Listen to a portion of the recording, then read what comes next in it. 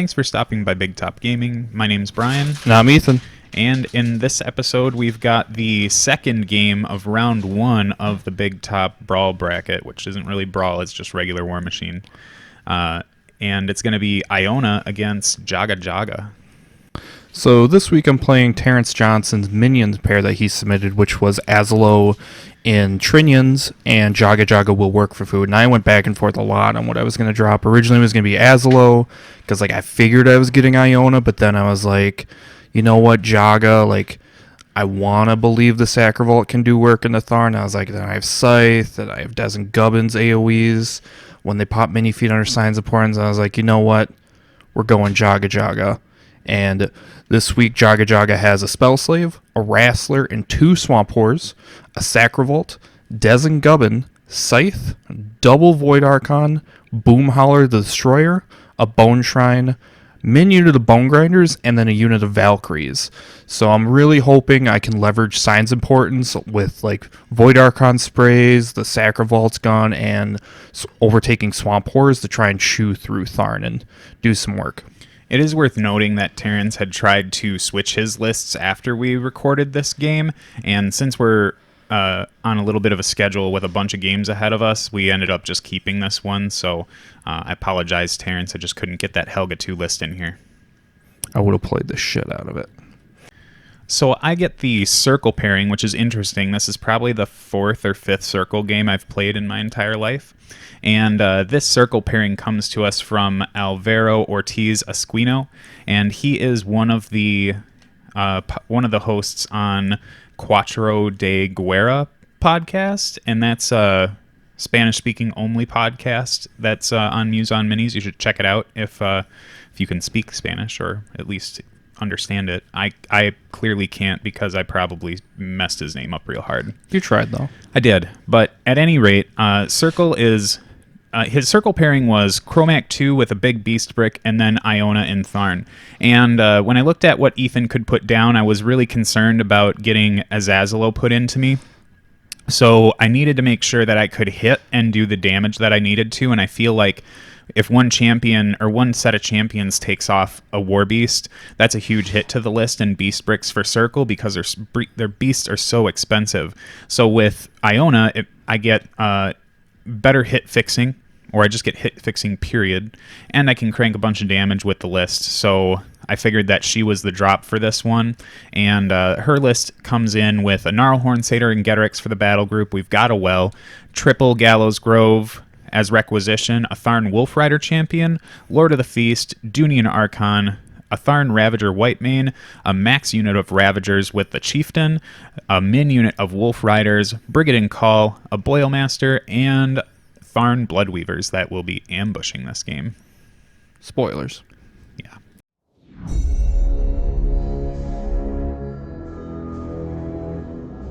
So I won the role to go first, and I opted to go first because I played Iona enough times to know, when you get first turn with her and you're able to leverage her just running or even surefoot charging, her feet projection's pretty damn strong. So I wanted to be able to get up, get my War Beast up with Battle Host, and get my upkeeps out without having to worry about it. Unfortunately, going first means the Bone Shrine can't distant deploy onto the flag. It's just half an inch out.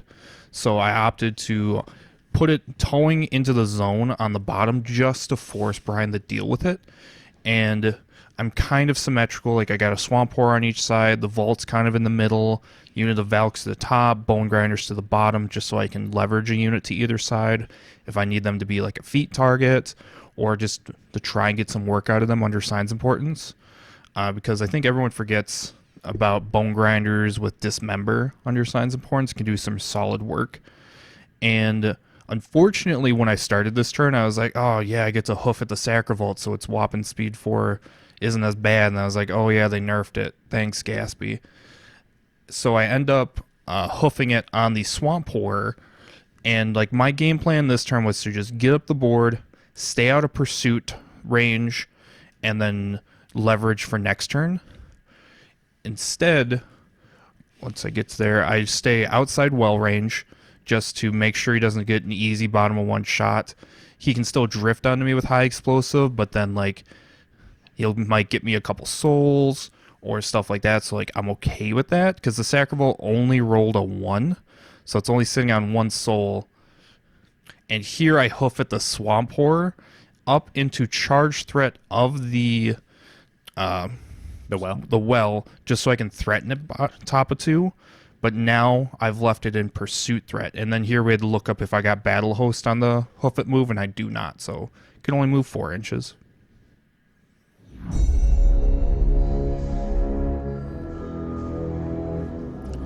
So for deployment for me, I was in a really awkward spot here. First of all, this is the first time I've ever played Tharn. My only other experience with Circle was, I think, pre-Theme Machine when Loki was the top of the class. Yeah, we went to an event. We called Circle of Broboros. Yeah, everybody in the car was playing Kruger 2 with Loki. And we all had a converted one because we couldn't get one. I still have my converted one. It looks like shit.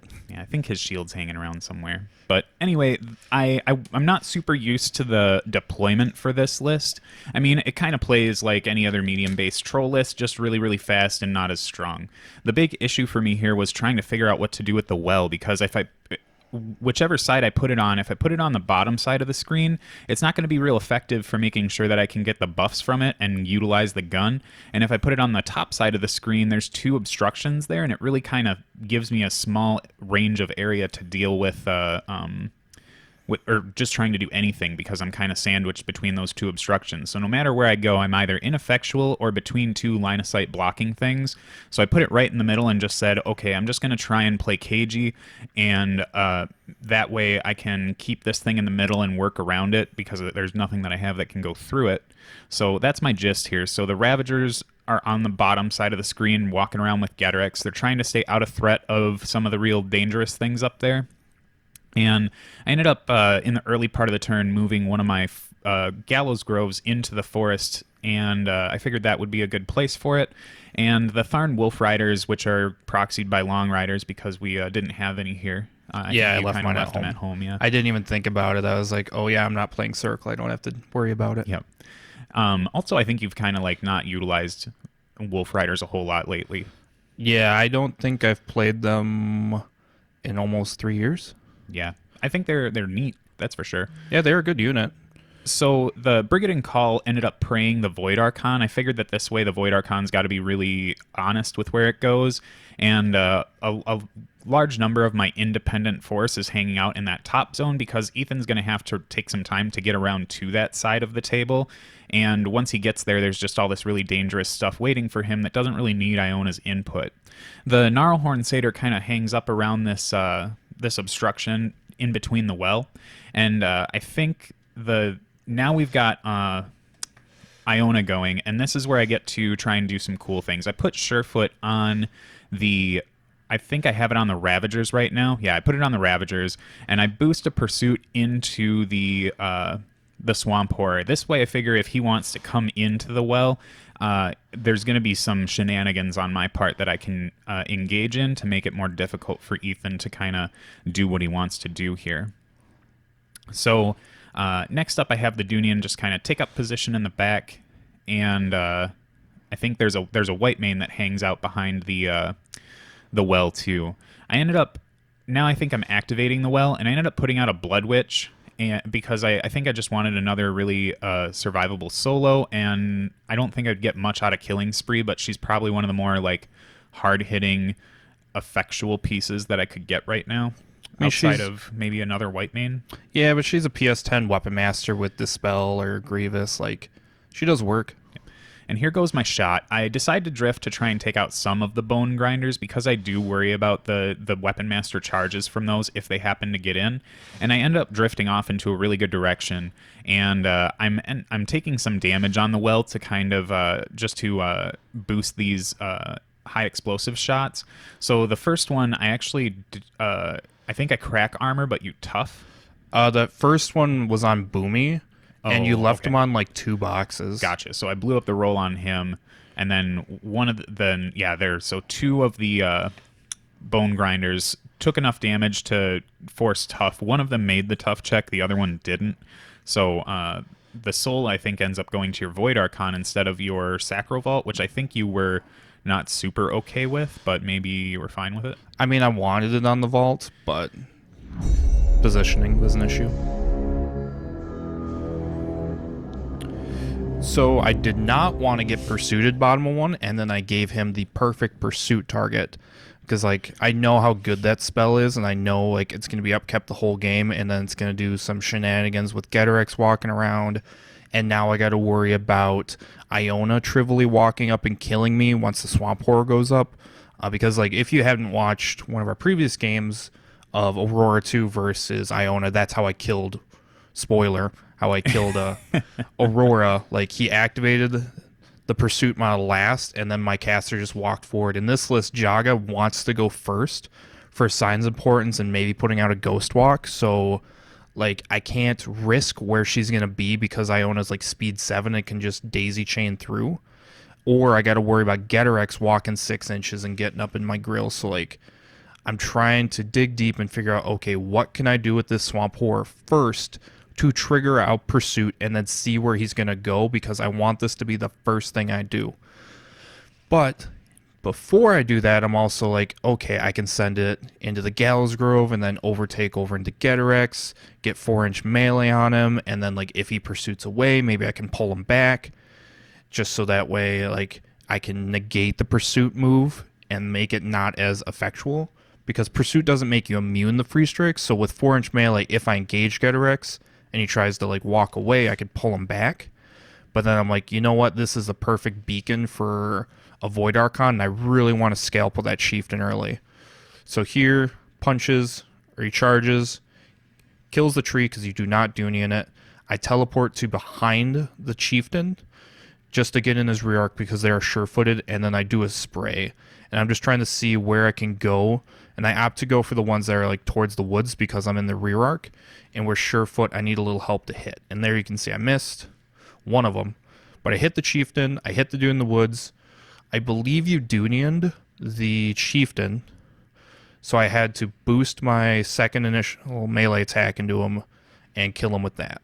Yep, no matter how many times I'll play as a Void Archon or against them, I'm always going to do this. I don't think there will ever be a point in my life where I don't give you the juiciest Void Archon unpacking in the universe. And looking at it from this angle, you can just see that like I just opened up this huge lane for Ethan to rip apart all my Ravagers when they're just a huge part of keeping the anchor on that bottom side of the screen. Yeah, but with Surefoot, like I need 9s in their front arc, so like spraying down that line is real risky, and I do not want them dodging forward closer to Jaga, who has already activated. Or she hasn't activated yet, because I knew the Void would be out of Signs of Importance range, so I figured I could do this first. It's not tied to my control area. And I think here is where I'm going in, like, where can Jaga go and not just die to Ravagers? This is tank time. Because now they don't have Vengeance, so I don't got to worry about that. So that's only 11-inch charge, 13 with a Hunter's Mark. Yep. So I got to worry about Hunter's Marks. I'm like, will I have souls on the Vault to stop a Hunter's Mark? And that's questionable, because it only got one. So I really want to spend that soul on something, just so I can roll and get a better chance. Because like turn 1, a trick you can do is you can Arcane Vortex your own spell to get rid of that one spell or one token on you. And you can Vortex the Soul Slave, right? So you don't even have to use Fury for it.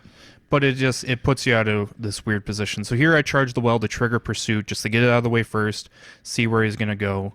So what are you thinking with your Pursuit moves? So I was thinking maybe Gatorman kind of gets into a better position to go into something, and then I'm like, maybe Iona kind of wraps around, but she's kind of body blocked by all this other stuff. And then I'm like, oh boy, the timing rules are going to work out really well in my favor here, because that Gnarlhorn has Counter Slam, and I can use the Pursuit trigger to walk within range. Then we back up to the other trigger for Counter Slam, and that ends up checking out.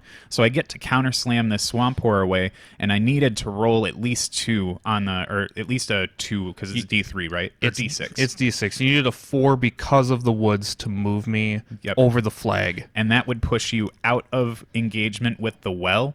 And then this, I don't do a ton of damage here. Or no, I think I actually do a decent amount of damage. But the big thing here was just to kind of screw up this trigger. And then this is where we get to learn that Well, I guess we don't learn it yet. We'll get there. But now Ethan's going to be just taking a couple attacks on the Gnarlhorn, and I didn't get to attack the Gnarlhorn because you're 3 inches away. You slammed me over the flag, and because of least disturbance, I'm outside 3. So I'm within 4, outside 3, so I can't physically punch him. So I had to punch a Tharn who toughed, and then I had to take a second tentacle and do him boost it because I needed a 9. You didn't tough, and now here we're looking up overtake. Yeah, this is where we get to find everything out because you finally kill the Tharn. And I do get to heal back the well with the Dunian, so that was fun. And here's where we find out, like, for every overtake move I make, he gets a pursuit move. Like, pursuit does not drop off. And I knew this. I've never actually gotten to play pursuit into an overtake heavy list. Now this is where I'm like, shit.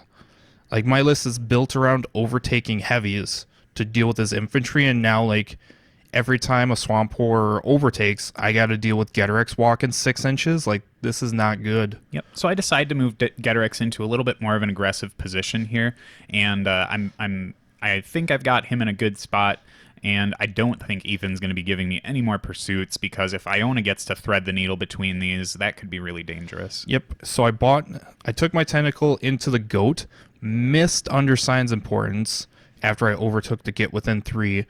I didn't have a target for my bite, so I had to buy a tentacle into him, pull him closer, and now it's like I've traded the Swamp Horror for 1 Ravager and moving up your entire battle group closer to me. Yeah, I definitely didn't expect Pursuit to get that much work done, but that was some cute business with the counter slam, and then when the overtake thing came up, that was like icing on the cake. Yeah, so like I'm deep in the tank of like, what do I do? Because now like his stuff can charge me. I have to worry about like Getarex is in charge range of the objective, and like Jaga's already gone. I believe the Spell Slave had to ghost walk the horror just so it could get into the woods. So I don't have a ghost walk on that side to even get like Boomy into either of the heavies. Like I could send Boomy into the Gnarlhorn, but then that feels like I'm trading Boomy for 1 attack on the Gnarlhorn, and like I don't want that trade. Yeah, the Ravagers should be able to shred whatever's left of Boomhowler and that Swamp Horror as soon as they come up. So that'd be a really disproportionate trade. Exactly. So I'm like, now like this turn, as you notice, is taken away. Like this is only top of 2, and I'm like, I'm deep up shit creek, and I'm trying to like paddle my way out. So the Bone Grinder boys stay outside ambush threat, but they stay relevant to run into the zone or even not countercharge, but counter Getarex once he comes in if he goes for the objective. I believe the Vault moved up, boosted the shot into the Gnarlhorn. Yeah, did a truckload of damage. Or no, I think, yep. Oh, no, that was Scythe off screen shooting Getarex, and then through rapid healing, you just kept healing the damage back. Oh yeah, that's the dice was high, or the dice were high. Jeepers creepers, Brian.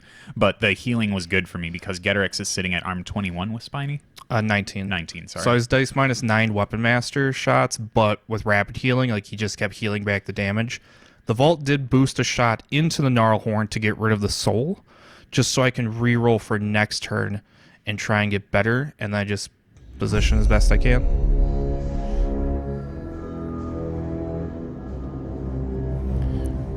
So coming back to me, I'm pretty stoked with how that all played out. I didn't think that Iona had like a whole bunch of tricky business to her. Like she's kind of really straightforward. But when I got to see Pursuit play out with the counter slam, like we'll forget about the overtake thing because I feel like that was just something that probably shouldn't have happened in general. But just the counter slam cool like Pursuit business was super sweet. Like that was just fun. It made me feel like I was actually I was actually playing Circle and not just Circle with a troll skin on it, you know? Mm-hmm. So I decide to ambush in my Bloodweavers. I think that Ethan definitely tried to bait me hard with getting this Bone Shrine into the zone, but I feel like with the way things are looking and the way that Ethan's committed to the table, that I can do a really hard scenario push right here, and I think that that's going to put me in a super great spot. So in order to make sure that I can do that and not have any issues with my backline, I need to get rid of this Void Archon. So I unpack my Dunian into it, which I thought that she was angry, but I think she only gets that from friendly faction. Yep. And so she's not angry. She's not angry because she's not Circle here. I'm used to playing her in Trolls, so I don't get that. I end up missing by 1, which is unfortunate, but I think she could have sealed the deal on it, maybe. Who knows? So now I've got to deal with that problem, but I think the easiest thing for me to do right now is to just go ahead, get a couple of my ladies corroded, and charge into the Bone Shrine. I figure with 3 of them, I should be good to take this thing off the table and make sure that this zone stays mine. Then Ethan, I tried to figure out, can I get more on this thing and keep the whole unit in the zone, and I couldn't, so we end up pulling 1 back, and I'm just hoping that 2 can get the job done. The first one cranks in a pretty decent, well, it cranks decent damage, but then the second one kind of like poops the bed a little bit. So I think we leave the Bone Shrine on like a couple boxes or something like that. Yeah, I think it was on 2. I think Boomy's on 6 now that I think about it. Yeah, so unfortunately I got to figure out what to do with that Bone Shrine now that I only have Gatorman and no real other offensive capabilities to get into it. So I'm sitting here hemming and hawing about, I could go ahead and unpack I could unpack Gatorman into some of the things you've got in your front line here, but with Boomhowler kind of tucked behind, I feel like that might be me just giving you my 19-point heavy. 19? Yeah, 19. So I pause on him for a hot minute, and I'm like, I'll come back to figure out what I need to do with Gatorman. But I decide to, I believe I'm activating the Gnarlhorn right now just to try and punch up the Swampor a little bit, and this would help me clear my flag out. And I'm doing some of my dice are really good on this, and some of them are not so great. Most of them are really good. You were dice plus damage. Yeah. So yep, there's another 5. Like you rolled like 3 5s, a 6, and that was just with my initial. There's another 5. Now I'm actually buying attacks. Too, yeah, it took you 1 bot attack to kill an impervious flesh heavy. It was really, really sweet. So that was fun, getting the Swampor off my flag. Then the Night Witch is going to go up and be my flag scorer. Next up, I could try and march these Ravagers up the table a little further to get them more active in the game, but instead I decide to send a couple of them off at the Void Archon and then position the rest of them, I think it's 3 that are going off at the Void, I position the rest of them to be able to kind of go off and get into anything that comes into the zone, and it only takes 1 Tharn Ravager to get rid of that Void Archon. So I'm sitting pretty decent with the bottom of the zone right now, and this is where I decide I need, since I have such a good like opportunity to push for scenario, I might have jiggled Gatorman a little bit and then said, oh wait, I need to move Iona first if you'll let me go back and do that. So Ethan's kind enough to let me do this, and I end up hot swapping, well, I guess it's not hot swapping. I just end up swapping Surefoot from the Tharn Ravagers over to the Wolf Riders, and I want to make sure, I want to get that out there because they end up getting up to defense 17, 18 in melee. They're 15 base, def 17 with Surefoot. Annoyance puts them up to effectively 18. Yeah, effective 18. If I'm within an inch. So giving that unit the buff means that they're going to Ethan will have a difficult time kind of getting through them, even with Signs Importance.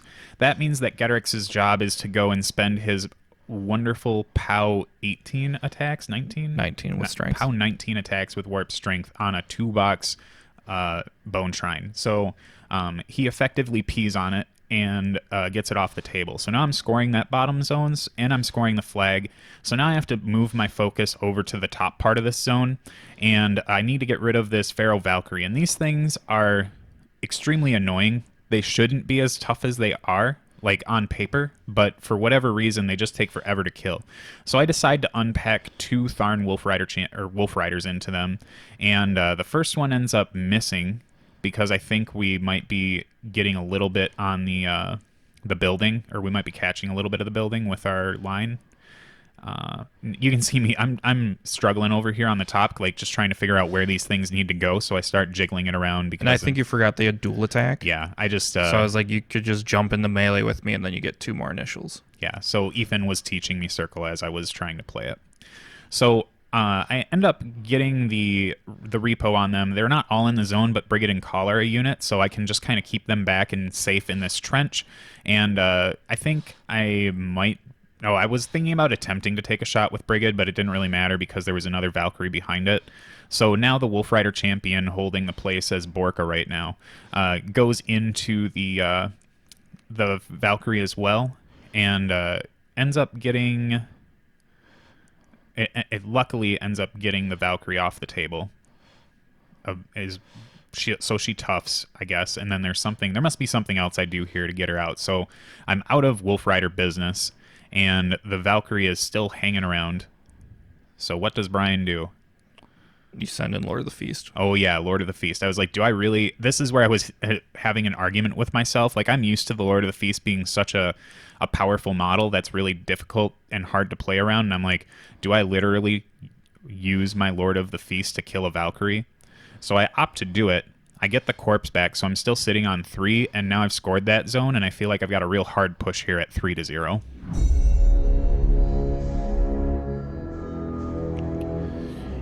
Yeah, this scenario is really rough for this list, and I'll go into that at the end.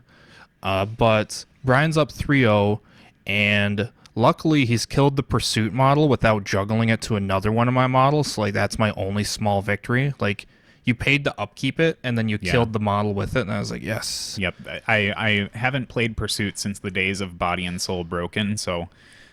Pursuit is... We played a Brawl game like last month with it. But I wasn't using it. Yeah, you were. I sure wasn't. You were using Lilith one. I thought you... No, you were literally playing Denny too. She has it. I thought they took it away from her. Oh. Okay. I don't think. Oh, God, think so. I don't remember that game. So back to this game.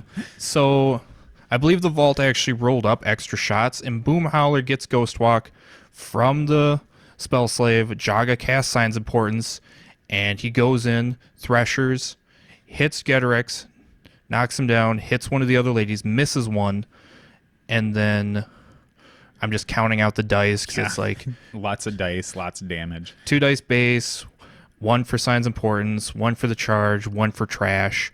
So, like, I do decent damage, but then his rapid healing is for 3, so I take my second Thrasher attack, because when you Thrasher, you get Thresher twice. Yeah, I did, when we were looking at the threat ranges here, I did kind of forget about the Bloodthirst for him. But I needed Getorix where I needed him to get that Bone Shrine.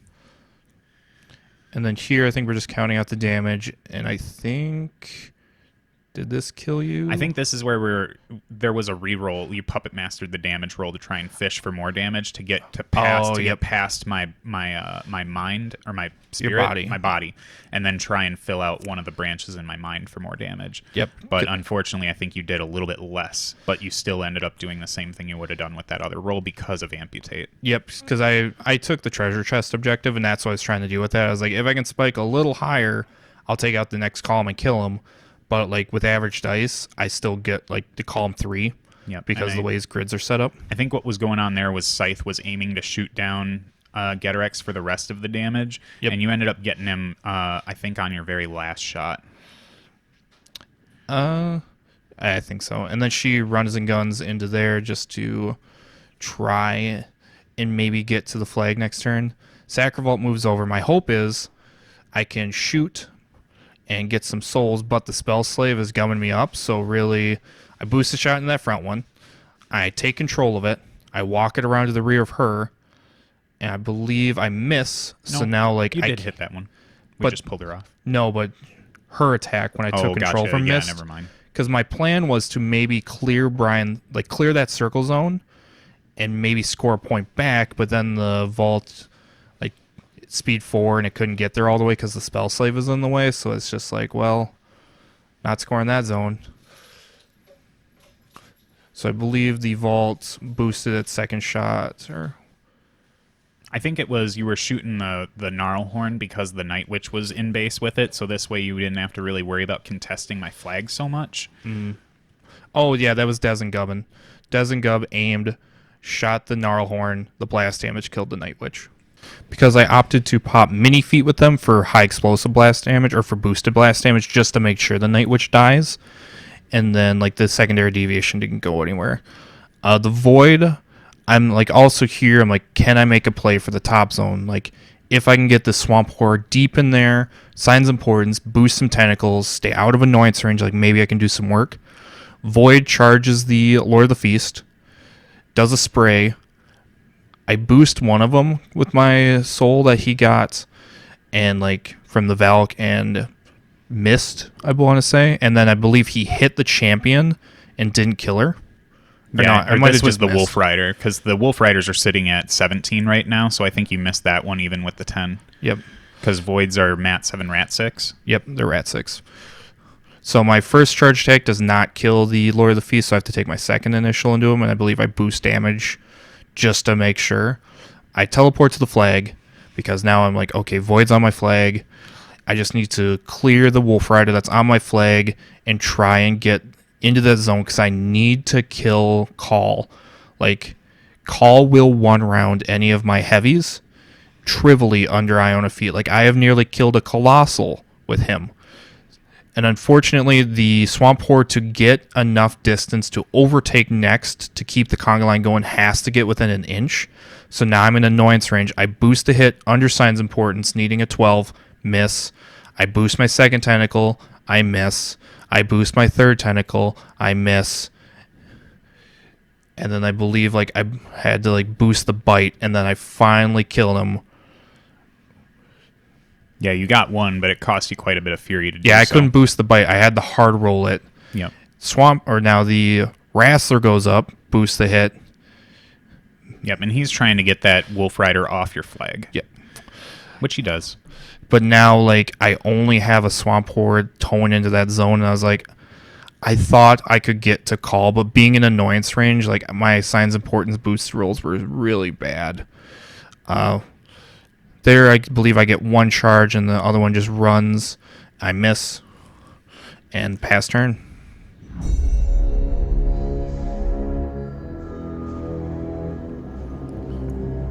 So Ethan was able to score 1 point with his Void on that flag. So I would need to score 3 extra points this turn in order to get the scenario closed out. And I think I might have the tools to do it, since Ethan's army is so far spread out, and my Ravagers are pretty set in that top, or pretty set in the bottom zone to be able to get Boomhowler out of it, and then it's just down to the Tharn Bloodweavers to get that one Bone Grinder out. So on the top portion of this of the screen, I end up using the Boilmaster to go load up Call, I believe, on corpses. I think that's what I ended up doing. Oh no, I Puppet Mastered him and tried to roll for corpses, but then Ethan had explained that you can't do both. Yep, because they're both a magic ability. Yep, and I've never really tried to do both at this, or had a list that wanted to do both outside of maybe once. So I ended up getting Puppet Master on Brigade and Call, because my goal is to use them to get rid of the Swamp Horror, so I kind of feel like that top zone is mine easy peasy. Although Brian in this video didn't think that, because I didn't believe in the power of Brigade and Call. Next up, I'm messing around on the bottom side of the zone. I think Iona's going now, and she's feeding and trying to position herself to where she can kind of make sure that she gets Brigade and Call in the feet, and make sure that we catch the Ravagers, and maybe try to get the Bloodweavers in there too. She's the one who's going to be scoring the flag this turn, so that's the only real thing I do with her. And then next up, we end up using the Bloodweavers to go into Boomhowler and the Bone Grinder that's in the bottom. And the Bone Grinder doesn't take much to get rid of. It's just the one charge that gets in there. And now we've got, going into Boomhowler, we do damage, but not enough to take him off. Yep, I believe if you would have had Gang, you would have killed him, but now it just takes a Ravager. Yep, so now I've got some Ravagers going in, and the way that blue one was positioned, the leader, that one had line of sight to him to be able to get there, or maybe it wasn't even that he did, he just ran to get there with him.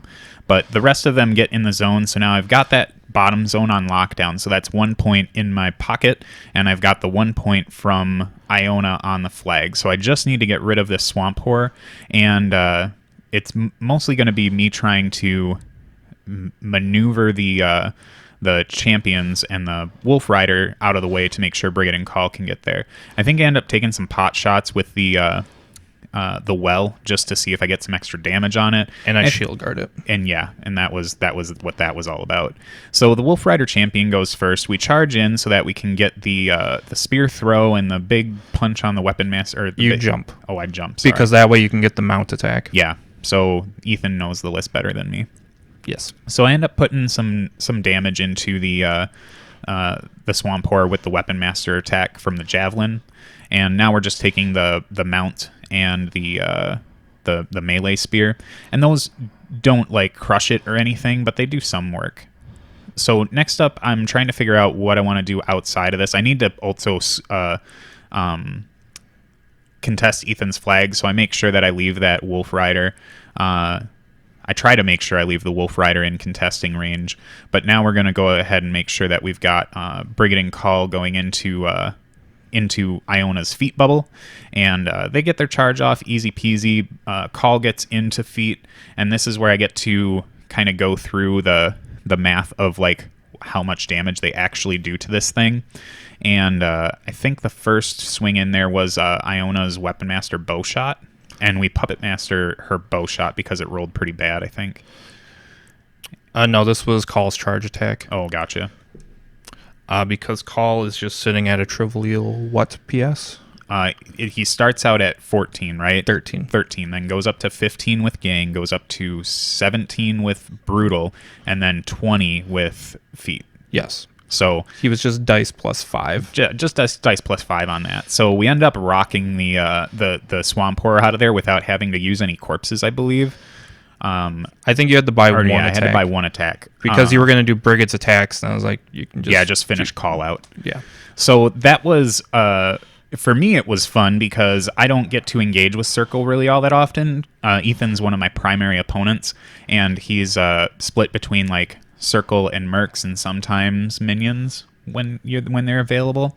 So I play against Circle enough to kind of understand some of the things they do, but being behind the driver's seat is very different for me. One of the things that I feel like was an unfortunate advantage that I got in this one is that I had very little idea of what I was doing half the time with this list, but Ethan knew every single nuance to what he could have done if he were in my shoes, so he was planning out for a lot of things that I wasn't even thinking about. So I think that ended up eating up a lot of your clock on some of those, to where like even if I didn't close this scenario out like I did, the clock victory was probably not too far of a goal for me out of this. Yeah, I don't know. It wasn't so much like I knew what the list could do because I've played several Iona lists, but it's more of like the overtake pursuit interaction came up. Like I went deep into the tank of like, how do I win this game with that interaction on the table without trivially dying? And that's what ate up most of my clock, is trying to, like, as soon as we learned that interaction, I thought for sure, like, you had 3 bark nodes. You're going to have pursuit on any heavy you want the whole game. I have no way to dispel it. The only way I could stop it is if the vault rolled 3 souls, because you can cast it 3 times. And I need them to all be within 3 inches of the speed 4 vault. And I need to be relevant on the scenario. Like, once we found out that interaction, I got in my own head and I was like, how do I pull out of this? Especially on this scenario. Like, I apologize to the person who submitted this list. Like, I'm sorry I played it like shit. In my head, when we discussed the matchup, I picked this list away from the table and literally forgot what scenario we were playing. And I was like, I got back to the table and I was like, this is really not a good scenario for this list. Like, I really, really, really should have dropped Azalo. Yeah, I think you were really feeling the Jaga-Jank because she is a really phenomenal warlock. I think that she has a lot of oomph in the game. I think you can probably tailor her list a little bit too to make her relevant in like the current meta in quotes. But on Anarchy, it feels like some people your list is either one that's you have to struggle on Anarchy to not lose, or you just blow it out because you've got the proper list for it. And I think that the Jaga list, just like, she can spread out, but with you having such a small footprint in the list, it really opens up a lot of your pieces to be vulnerable to some of my more further threatening pieces, and it makes it really difficult to try and gain ground on a scenario like this, especially when I've got such I've got pieces that really demand attention. There's nothing in my list that you can really ignore, right? Because everything in this is dangerous because of what Iona does for it. Yeah, like Iona's feat is just, it's a very straightforward, powerful feat. And like Jaga, I could have played to one flank, but I'm like, I need Signs Importance to do work into your stat, like cranking of your def with Surefoot, the Forest. But then like I'm basically giving up the other circle because your stuff does not need help to hit and kill my stuff. And I think I've been spoiled in Will Work for Food because I always play double Dunians. So like when Boomhowler took that blast damage bottom one, I was like, yeah, that was a Dunian roll there. I was like, how do I stop him from just trivially dying? Because like, normally I'm spoiled and I was just like, oh, Dunian it. But I should have just dropped Lord Aslo into this pairing, into this, like, that was my first thought when we're discussing the matchup. I was like, oh, it's this scenario. I'm probably going to drop Lord Aslo and just try and ride out champs to use Sanguine Bond to stop Tharns from Pac-Manning. Yeah, and the Azazalo list has double champs, so it's not like you are invested heavily in this one unit of champs like I see a lot of the other lists do. So you would be able to do something like you could give up the unit without Scaldi on it to like Getarex or some Ravagers or something, and then you have a second wave of champs that can come in because you still have Valkyries in that list that can go babysit zones, but the champs you could probably utilize to try and bait out charges for me, and 3 champions can kill a ton of stuff for Circle because they hit accurately and they do a ton of damage. Yeah, I guess like I was just starting to worry then about like Surefoot. Like I knew there was a Forest on the table, and I was like, if you get Surefoot, the champs need 8s. Like I can try and use distraction from Lord Aslo. It's just like I figured Signs Importance would help me with boosting overtakes to get through and kill Tharn. And I had the Void Archons in this list, so I had Entropic Aura. Like, if this was a more central scenario, I think I could have put up a better fight. It's just, like, I want to like the Sacral Vault. I really, really, really want to like it. I've owned one since Mark II, back when P. Moore with the Sacral Vault was all the rage. Like, I love it. I just wish it wasn't Speed 4, and if you rolled a 1 on your Souls turn 1, you weren't screwed with it. Because it's the only battle engine with reload. Yeah, the Sacral Vault definitely could use some help. I think even just those minor touches, like making it a little faster and not giving it reload. I think reload is just like a crappy rule on a model that needs to have something happen to get the souls. Like if you don't roll high on your souls, then like that's all you can do is reload your gun once. Like I know like the Sacral Vault and the Infernal Gate are really comparable. I believe the Infernal Gate's a little cheaper. Well, yeah. And it's a structure. But if you look at where your Sacral Vault lives half the time you play it, it basically is a structure. Well, yeah, because it just never gets up the table far enough. And like I'm okay with it being Speed 4, like because of its Soulstorm ability. Like Speed 5 would probably be too good. Like just straight rate of fire 3 on the gun would make me love it a lot more instead of reload. Because like in the perfect world, it shoots a model, kills it, it walks forward, punches another model, you get 2 souls because they're both in your control or your command. You reload, shoot another model, hit it, kill it, it moves, kills another model. Now you've netted 1 soul, and then you reload again. But then it's like, well, now when you start to get to boosts and you start to get into toughs, and then you started to get into soul ward everywhere, it's a rough time. And not to keep like the rant train about minions going, but like Jaga is one of my favorite minions casters. Like she's really cool. I played her back in Mark II when she had Spell Piercer instead of Signs Importance, and I loved her. Like she was super fun. And Signs Importance has made her better. It's just she's in this weird spot of like, you can kind of see this game where when you go into a caster who has a super powerful feat that's easy to apply, does work, you know it's going to do every game, and then you have something like Jaga's feat where it's like, I need to kill my own dudes, like will I get enough dudes to even survive to get there, and then like the order of activations issues, because like, okay, I need to run my unit forward just so I can kill them myself, so I can Signs Importance and then feats. Like I really miss her old feat where like if you killed a model it became a Dark Shroud bot. Like yeah, I think in general the changes to Jaga made from the transition from Mark II to Mark III were good quality of life changes for her, but I think they kind of diluted her game. Much like if you pay attention to games where Vlad 1 gets played, he's got a really good feat, probably better than what Jaga puts out. Infinitely. That feat is amazing. It's pretty good. But when you look at the way his game plays out, he really solely exists just to put out Signs Importance with the chance of maybe getting some work done with Blood of Kings later. But essentially, if you're a Warcaster or Warlock that gets Signs Importance, you can almost expect that your entire game plan for that Warlock or Warcaster is going to be really centered around Signs Importance, and then there's not going to be really much else that comes out of it. And I think what happened with Jaga is she went from being an extremely flavorful and fun Warlock to play to being really this kind of boiled down Signs Importance bot. I mean, she does it well. It's just like... Yeah, I mean, like, everyone does it well that has it. I mean, like, you get Signs Importance, you don't have... It's like the MSG of spells, right? I mean, yeah, it's arguably one of the best spells in the game. It's more of like, with Battle Host and Swamp Horse, with 4-inch melee, with Overtake and Will Work for Food, like, she does work with Signs Importance and buffs up all those Mat 6 War Beasts. It's just like...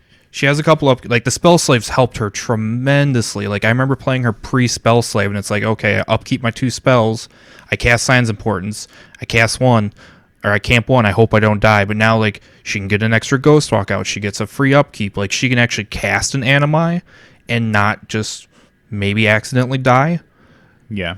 Because she can actually camp, because, like you said, like, her whole shtick is Signs Importance. It's just, like... You either have to completely build for the feat and bring a bunch of disposable bodies and spend points on models you're going to kill yourself in the hopes that you can kill your opponent's stuff, or you completely ignore her feat.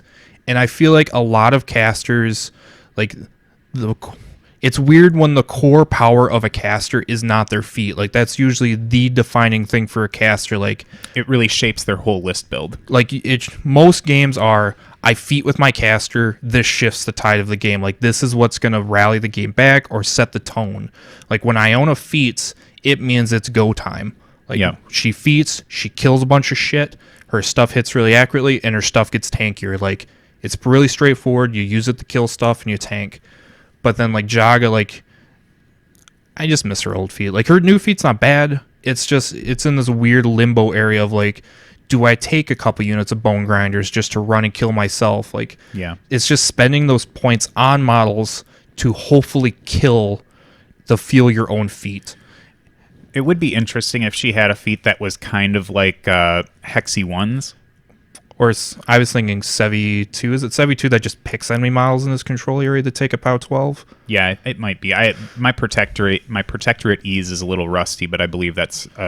at least akin to what he does. Yeah, I'm pretty sure it's 72. It's only about 12, like, because minions can do like ARM 16 strikes with it. Like, I've done a POW 18 using the Shrine before, because like, people forget that's a warrior model.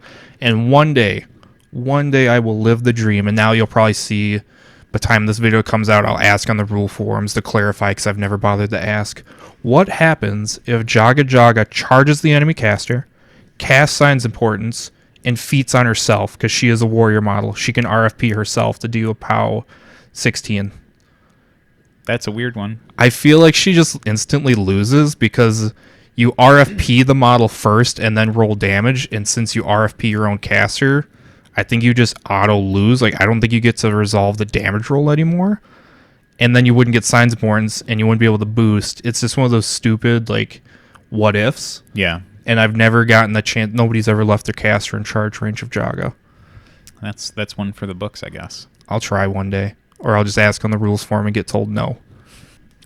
The playing Circle this go around was pretty fun in general. I mean, I don't have the buckets of salt that Salthin. I almost called you. I fused salt and your name together because it's just so commonplace. I mean, that's fair. I'm usually really, really salty. No, Iona's a super fun claster, and I gave you the choice of what you wanted to play because I knew, like, I play both factions. I wanted to give you what you'd have more fun with. Yeah, I could play. The thing about Azazelo is, like, that's probably who I would have dropped into your pair, and, like, its champions plus Azazel. I haven't gotten a chance to play minions just yet since we've started recording, and I was like, I haven't played Circle yet either. So we just played a game before this as Circle, so I figured to give Ethan a Circle break.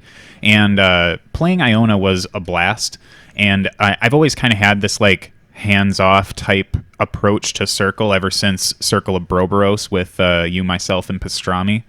But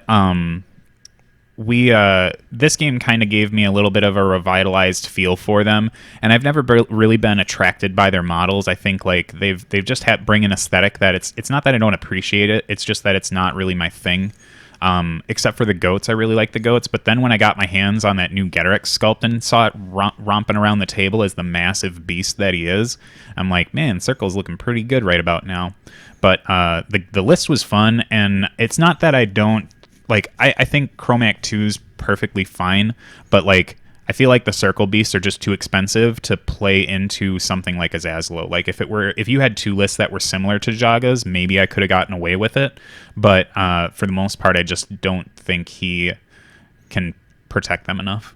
It's just, yeah, it's in this weird spot. If you try and play him with a bunch of living heavies, like they're all super expensive. Chromac is still a beast. He was my favorite caster last edition. The reason why he was your favorite caster was because he was the first thing that just spiked on runes so hard. Because that was like, if I go back in the memories of like games we've played over and over and over again, the first one that I think we've played so many times that I don't think I could ever play the matchup again was Sorsha 1 into Ossian, because we were trying to figure out can Khador beat Ossian, because that was the only thing I could think of, and it was a coin flip every game, because it was just who could get the drop first.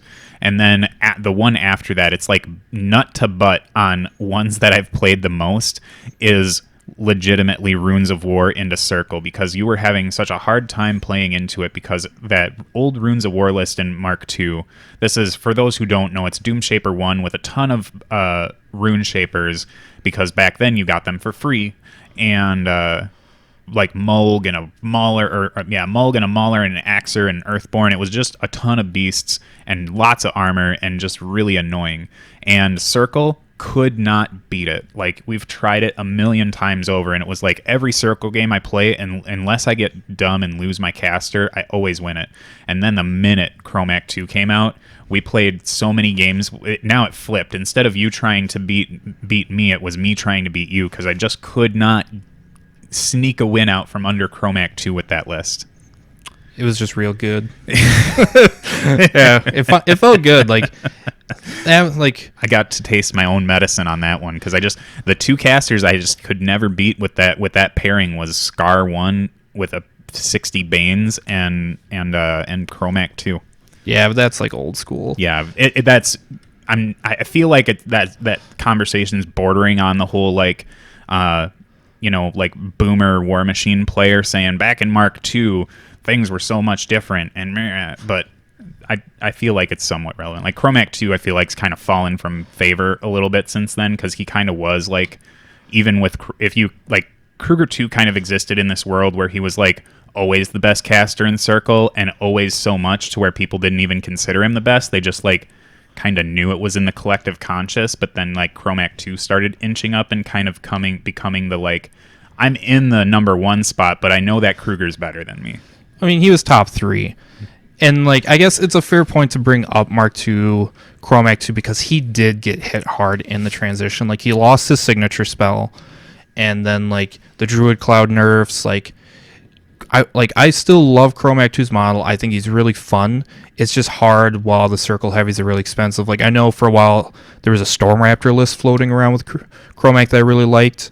Like, I think the bird rework has helped him a lot. Like, it gives him a solid anchor, because like Chromac can still run round to 120. Like, yeah, it's still just annoying that whenever it comes to like Beast Brick casters in Circle, that the Storm Raptor is the first thing that comes into the conversation. Like, I'm all for playing 120s. Like, that's my presidential slogan is 120s for 2020. But 2021, 2024, who knows?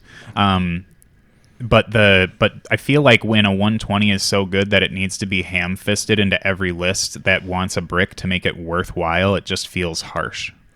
I mean, that's fair. It's just, like you said, like Warp Wolves are expensive. If you want a cheap circle heavy living beat stick, you go with the Satyrs.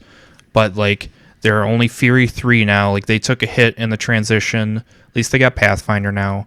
But like they're Fury 3, their fists are pretty low. Like Chromac hits harder than every living Satyr with before feat is factored in. Like he just has a higher PS than every Satyr. Actually, I think he has the same POW plus strength as a Riphorn that is primaled. Yeah, that's pretty rough. Because they nerfed he has 2 POW 15s and 1 POW 16. So if he's primaled, I believe his headbutt is stronger than Chromac just normally punching something. I really did enjoy playing the goat in this one, like that pursuit countercharge business. Like I've always done admonition countercharge, but then when I got to play out the pursuit counterslam thing, that was like a chef's kiss right there for that one, because that was a fun little moment. Yeah, Iona can do good work with the Gnarlhorn, and she really likes that Animus. Yeah. Like, Earth's Blessing is good for someone who doesn't want to be knocked down because their defense keeps them alive. Well, I mean, yeah, that's super fair. And I believe it makes her like immune to stationary and a few other things. So like it's just a really good Animus. Yeah, it's a nice defensive Animus on a beast that can play a little cagey. And I know for a while, like I'm air quoting as the standard battle group for Iona was a Gnarlhorn and a Stalker because it fit her points almost exactly and it got her what she wanted. Got her having sprint, Lightning Strike is a big deal. Got her Lightning Strike, got her Earth's Blessing. Yep. So like you could do whatever you needed. I remember for a while there were Storm Raptor lists floating around with her too, just because the Storm Raptor was so good. Yeah, that was the build I eventually got to do. I think we played that on the channel too. Yep, into Archangel. But I started playing that build literally the day they took off Phantasm at Riverfront Rumble. Like I showed up to the event with it and I was like, oh, no neg 8 range on Storm Raptor. This is bullshit. Yeah, I think we've all had those stories. I think mine was trying to prepare for Warmachine weekend when Mark II was transitioning to Mark III, and I like finally spent a ton of money on custom bases for my Thagrosh 1 list that brings back the Blightbringer, and then Mark III transition was happening, and I was like, well, that was fun. Yeah. But thanks for watching this one. This was a really fun game to play for me, at least, I guess. I still feel bad that I butchered this list so bad. I'm sorry. Yeah, well, maybe if you watch this video, I'm sorry. I'm sorry. I'm not sorry. Forgive me. I'll try and do better with the next ones. Circle Bros for life.